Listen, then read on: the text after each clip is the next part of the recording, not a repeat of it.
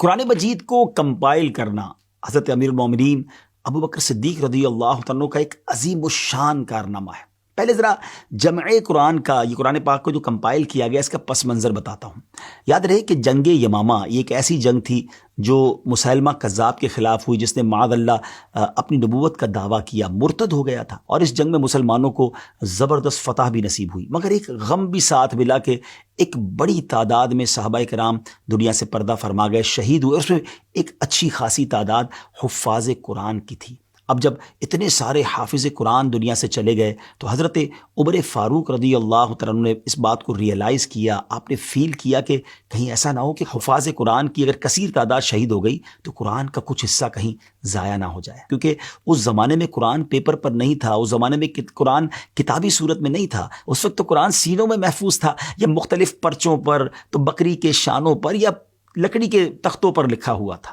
اور ابھی تو جنگوں کا سلسلہ اور بھی ہو سکتا تھا، اور ایسا نہ ہو کہ مزید حافظ قرآن شہید ہوتے جائیں اور قرآن ہی ہمارے ہاتھ سے نکل جائے۔ تو حضرت عمر فاروق رضی اللہ تعالیٰ عنہ کا ویژن دیکھیں کہ آپ سیدنا صدیق اکبر رضی اللہ تعالیٰ عنہ کے پاس آئے اور آپ نے مشورہ دیا کہ ہمیں قرآن پاک کو محفوظ کرنا چاہیے، جہاں جہاں موجود ہے ان سب کو کمپائل کرنا چاہیے۔ تو حضرت ابوبکر صدیق رضی اللہ تعالیٰ عنہ نے پہلے تو اس کو ماننے سے انکار کر دیا، اور آپ نے فرمایا کہ جو کام نبی پاک علیہ الصلوۃ والسلام نے نہیں کیا وہ کام ہم کیسے کر سکتے ہیں۔ مگر جب حضرت عمر فاروق رضی اللہ تعالیٰ عنہ نے اصرار کیا تو پھر آپ کو ریئلائز ہوا کہ واقعی یہ تو وقت کی ضرورت ہے، it's a need of time. پھر آپ نے حضرت زید بن ثابت رضی اللہ تعالیٰ عنہ کو بلایا اور ان سے بات کی۔ حضرت زید بن ثابت خود کہتے ہیں کہ حضرت ابوبکر صدیق رضی اللہ تعالیٰ عنہ نے مجھے بلایا، وہاں حضرت عمر فاروق رضی اللہ تعالیٰ عنہ بھی جلوہ فرما تھے۔ حضرت ابوبکر صدیق رضی اللہ تعالیٰ عنہ نے فرمایا کہ حضرت عمر بن خطاب نے مجھے قرآن کریم کے بہت سے قراء کے شہید ہونے کی اطلاع دی ہے، اور ساتھ یہ بھی مشورہ دیا ہے کہ چونکہ کفار سے جنگوں کا سلسلہ ابھی جاری ہے، اس لیے ڈر ہے کہ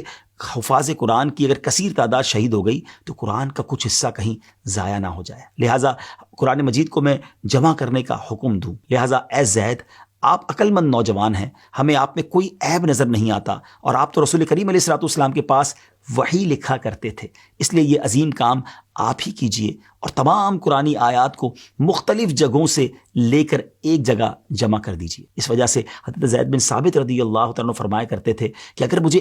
ایک پہاڑ کو اٹھا کر ایک جگہ سے دوسری جگہ رکھنے کا حکم دیا جاتا تو یہ میرے لیے قرآن جمع کرنے سے کہیں زیادہ آسان ہوتا۔ اور یہ بات کہنے کے بعد آپ رضی اللہ تعالیٰ عنہ اس تشویش کا بھی اظہار کیا کرتے ہیں کہ جو پہلے صدیق اکبر رضی اللہ تعالیٰ عنہ کو تشویش تھی، اور آپ عرض کرتے ہیں کہ مجھے بھی یہ کام سمجھ نہیں آیا تھا کہ آپ لوگوں کام کیسے کر سکتے ہیں جو کام خود نبی پاک علیہ الصلوۃ والسلام نے نہیں کیا۔ حضرت ابوبکر صدیق رضی اللہ تعالیٰ عنہ اس کام اور اس کی امپورٹنس کو بخوبی جانتے تھے، اس کے بینیفٹس کو جانتے تھے، اور اس کام کو نہ کرنے کے نقصانات سے بھی واقف تھے، لہٰذا آپ رضی اللہ تعالیٰ عنہ حضرت زید سے فرماتے ہیں اللہ پاک کی قسم اس کام ہی میں بہتری ہے۔ اور پھر حضرت زید فرماتے ہیں کہ اللہ پاک نے ان دونوں حضرات کی طرح میرا بھی سینہ کھول دیا، میرا بھی سینہ کشادہ فرما دیا، اور میں بھی پوری کوشش سے ہڈیوں، کھجور کے پتوں اور سفید پتھروں اور تحریر شدہ اور لوگوں کے سینوں سے جو موجود قرآن تھا اس کو میں نے کمپائل کرنا شروع کیا، جمع کرنا شروع کیا۔ یہ کام اتنا آسان نہیں تھا، اور ٹیکنالوجی کا دور بھی نہیں تھا کہ لوگوں نے اپنے پاس قرآن موبائل میں یا اپنے گیجٹس میں، اپنے ای میل یا گوگل ڈرائیو پہ سیو کیا ہوا ہو۔ اس وقت تو قرآن سینوں میں محفوظ تھا، یا مختلف پرچوں پر، تو بکری کے شانوں پر یا لکڑی کے تختوں پر لکھا ہوا تھا۔ بہرحال اس میں کوئی کیئرلیسنس بھی برتی نہیں جا سکتی تھی، کیونکہ پہلے چھاپ دیتے ہیں، بعد میں کریکشن کر لیں گے، نئے ایڈیشن میں کریکشن ہو جائے گی، ایسا نہیں تھا۔ یہ اللہ کے مقدس کتاب، مقدس کلام کی بات تھی۔ حضرت زید کی محنت سے یوں سارا قرآن مجید ایک جگہ جمع ہو گیا۔ اس کے بعد یہ جمع کیا ہوا قرآن حضرت ابوبکر صدیق رضی اللہ تعالیٰ عنہ کے پاس رہا، پھر حضرت عمر فاروق کے پاس رہا، اور پھر آپ کی لخت جگر پیاری شہزادی ام المومنین حضرت حفصہ رضی اللہ تعالیٰ عنہا کے پاس رہا۔ حضرت مولا علی کرم اللہ تعالیٰ وجہ الکریم کا فرمان عالی شان ہے،